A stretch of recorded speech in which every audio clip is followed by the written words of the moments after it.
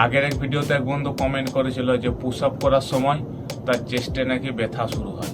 তো প্রথমে আমি আপনাকে বলবো আপনি একবার ডাক্তারের সাথে পরামর্শ করুন এবং আপনার বডির মধ্যে কিছু যদি শারীরিক সমস্যা হয়ে থাকে তাহলে অবশ্যই একবার চেক আপ করিয়ে নিন। তারপর আমি যে আপনাকে টিপসগুলি বলছি এগুলিকে ফলো করবেন এবং কয়েকটা টেকনিক ও 2টি প্রাণায়াম বলবো সেগুলিকে অবশ্যই করবেন। দেখবেন আপনার হেলথের মধ্যে অনেকটা ইমপ্রুভ হচ্ছে এবং পুশ আপ করার সময় এই সমস্যাকে আশা করি আপনি পুরোপুরি ঠিক করতে পারেন। তো চলুন সেই টেকনিকগুলি এবং টিপসগুলির সম্পর্কে আমরা জেনে নিই।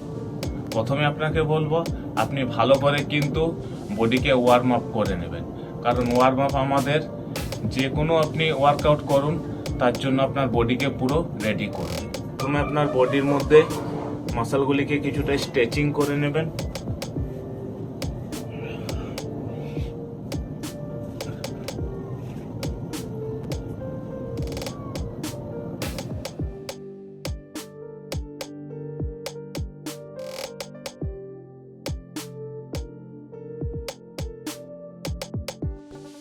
কয়েকটা আপনি ওয়ার্ম আপ এক্সারসাইজ অবশ্যই করুন।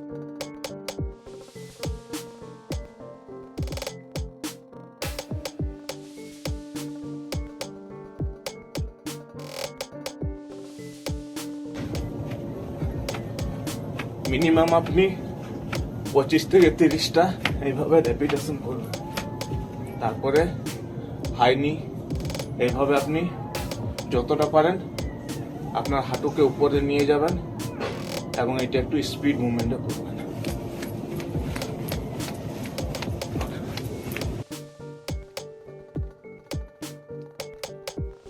পুশ আপ করার সময় সব থেকে বেশি যে আপনি 2টি দিক খেয়াল রাখবেন, আপনি যে জায়গায় করবেন আপনার সেই জায়গাটা যেন সমতল হয়। কারণ যদি আপনার একটি হাত উঁচু নিচুর মধ্যে থাকে তাহলে কিন্তু আপনার চেস্টের মধ্যে পেন সৃষ্টি হতে পারে। 2 নাম্বার যে কারণটি, অনেকেই কিন্তু খুব তাড়াহুড়ো করে আপনার দমকে পুরো বন্ধ রেখে পুশ আপ করার চেষ্টা করে, এতে আপনার চেস্টের মধ্যে কিন্তু ব্যথা শুরু হতে পারে।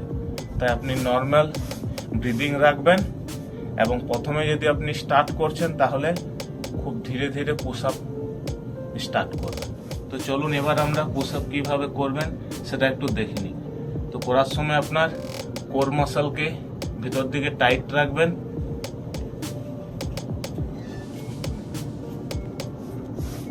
আর এইভাবে প্রথমে ধীরে ধীরে প্র্যাকটিস করুন।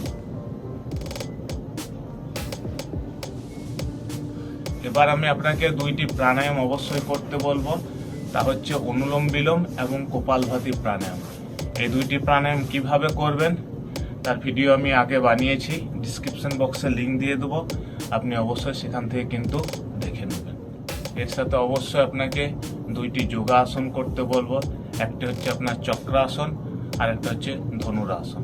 এই আসন 2টি আমাদের চেস্টের গঠনকে সুন্দর করে তোলে এবং আপনার বডির মধ্যে যদি আপনার চেস্টের মধ্যে যদি কোনো সমস্যা হয়ে থাকে সেই সমস্যাকেও কিন্তু অনেকটাই দূর করতে সাহায্য।